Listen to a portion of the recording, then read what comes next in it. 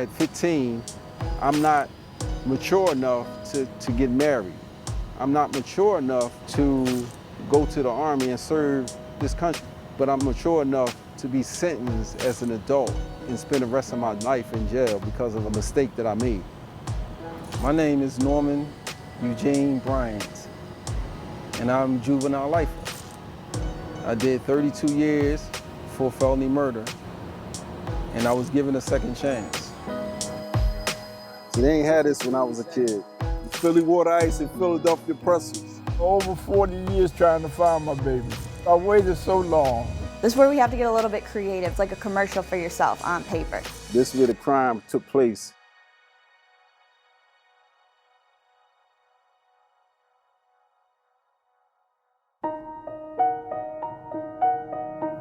The rain really didn't bother me because I was just so excited to be leaving, you know. And when we left, it was raining, coming down, pouring down. And when we actually reached Philadelphia, it was sunny, nice, the weather was warm. So it was like, you know, the rain was cleansing me of all my past, and the sun was the beginning of my future. Just being with him, period, is a wonderful feeling. Because I waited so long, you know, over 40 years trying to find my baby.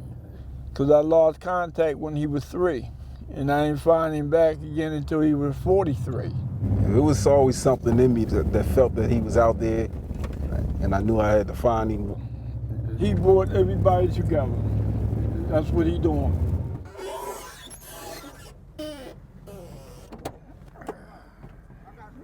How are you, sir? Welcome to Cherishing. I can't even express. I can't stop smiling. Right. I can't stop smiling. Wow. Just finally see my family in person. This is my brother. He's been my only brother in your absence. Blow me out, bro. It's just blowing my mind. It's like this whole situation is just blowing my mind. Show me the shop, bro. I'm tired of y'all being giants over me, man. Wait, let me tell the story.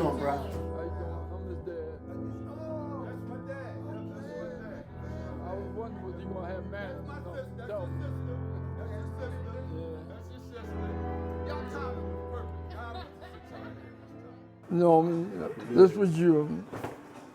This your mom. This Chrissy and Kenny and me. Right. You know, and I've been having this picture for 40 years. It takes me back to when I was innocent, actually. You know, and I was a kid, and at such an age, there was not a care in the world for us. Yep. You know, we was a family. And this is when you was draining glasses. Yeah, so I mean, it's like, wow, you know, it's amazing for me to see this. And this was, like I said, the only picture that I ever saw of my dad. If he showed me this picture, if this is the picture that he had of, then I knew it was him. It's almost like a proof of life type thing, right. You know? And all my friends, I always show them this picture, hoping that they recognize you and see you. Yeah. And tell me that, hey, I seen your son, man. Because I couldn't find you, no matter how hard I looked. Yeah. I'm at a loss for words, but I just have to say, this is an extraordinary man here. If I say something right now, I'm gonna bust out in tears, man. So Jessica, I'm speechless. This man has been so positive. For years, we talked on the phone, and he said, you can do it. You just keep moving forward. And this is a reality of what he coached me to do. Because how often did I tell you get your own shop, and you never listen? Never listen. Never listen. Y'all take care. Bye-bye. Let me know what time tomorrow if y'all gonna be at the house. I think she said after 12.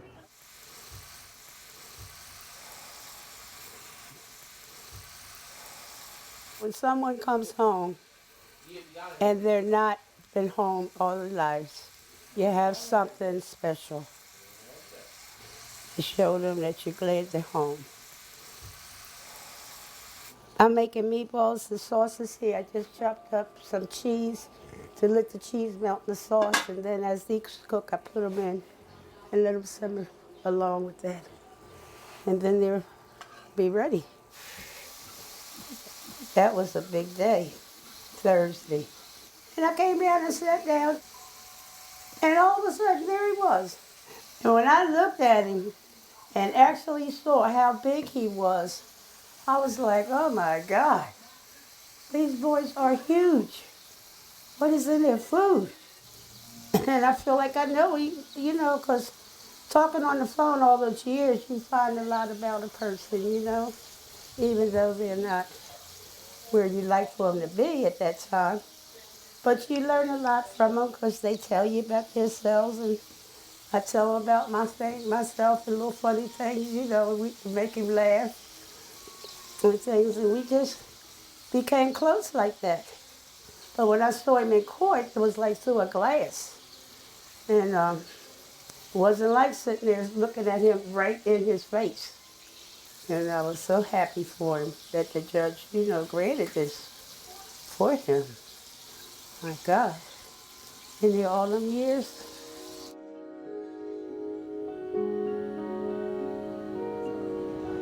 "32 years in prison feels like a lifetime, you know, because some people don't even live 32 years. They wanted me to die in prison.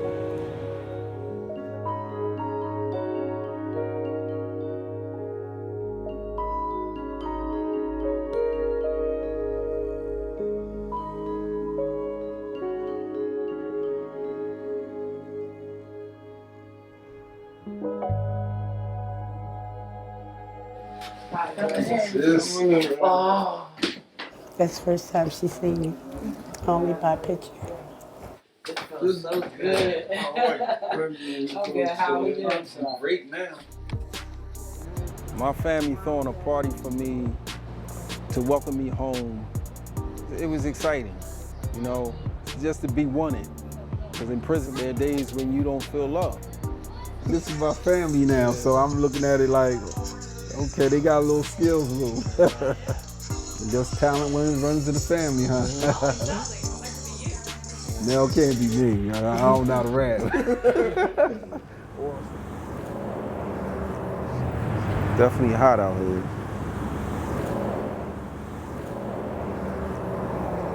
When the time get here, it's gonna be a lot difficult, a lot more uncomfortable. Hopefully, the next couple of weeks I can go down there and get my driver's permit.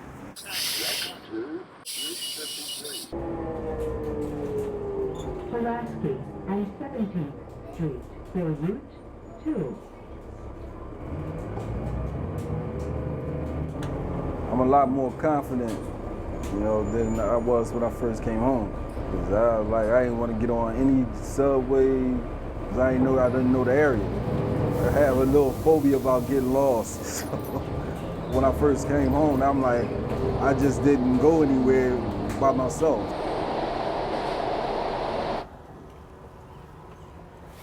When you're in prison, you think about the small things, you know, like driving. Keys? That's important. I know you got to start the car up.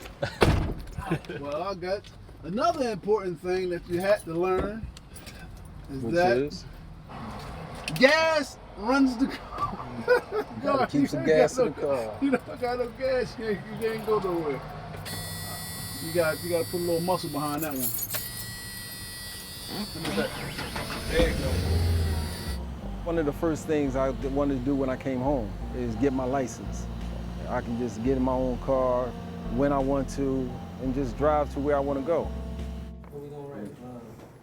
This is where we have to get a little bit creative and embellish it a little bit. So like I said, this is like a marketing document. It's like a commercial for yourself on paper.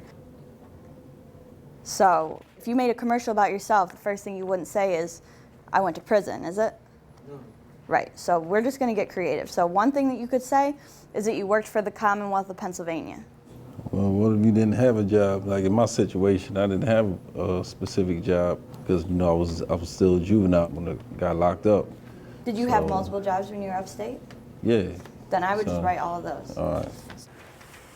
So your 30-second pitch is what you say in the beginning of the interview. It's basically a sales pitch for yourself. So this is where you're talking about all your best qualities. The conviction statement is a little bit more difficult because this is where you have to talk about the worst decision of your life. Do you want to share yours? I made some bad decisions in the past. I was convicted of felony murder, and as a result, I was incarcerated. During my incarceration, I obtained skills in sewing, pressing, floor maintenance. I have learned from my mistakes, and now my goal is to establish my own business one day and help younger kids to keep them from making the same mistakes I made. Okay, good. How do you feel like you did? I think I did okay. Doing practice, I thought it was really good. My end goal is to be my own boss, but until I'm able to put myself in that position as far as financially, I'm taking advantage of what I can get. It's better than where I was at. Yeah, I don't have any room for complaining. With a lot of things that people take for granted, I don't.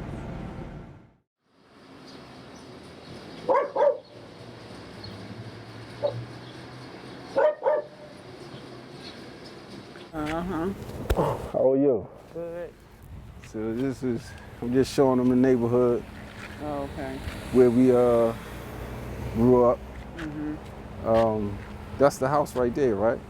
This is the house right here, the yellow house that caused all my problems. Not caused all my problems, but was the beginning of the end of my freedom out here. This is where the crime took place. Had I not went in that house, how would my life have turned out? You know, would I have been, who I am today? Would I have been a better person? Would I have been more successful? You know, only Allah knows that. You know what I mean? So I try not to be bitter. At the same time, I'm sorry for what being a part of it. So it brings back those memories, like the sadness that somebody died in that house,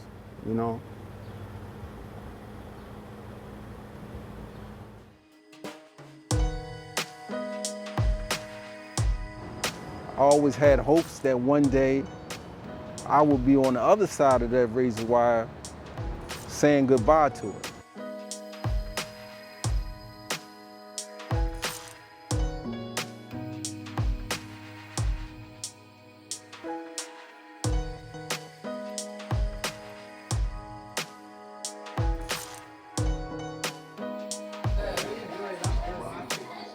I'm very excited about my future. I always wanted to have my own family. I got the opportunity to have that now. And just to be able to live out here amongst society. So am I looking forward to my future out here? Absolutely. I'm very excited about it.